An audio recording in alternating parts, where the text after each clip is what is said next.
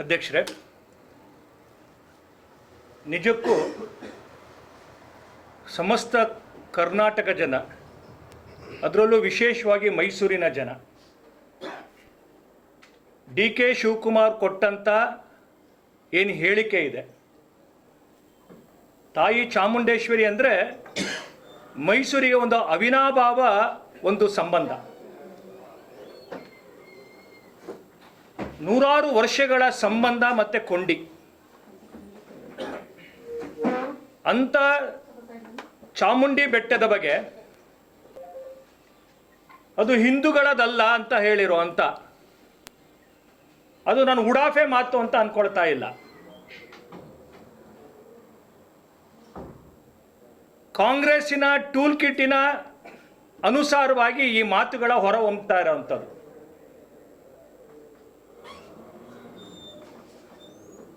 ಹಿಂದೂಗಳ ವಿಚಾರದ ಒಳಗಡೆ ಇವರ ಸರ್ಕಾರದ ಧೋರಣೆ,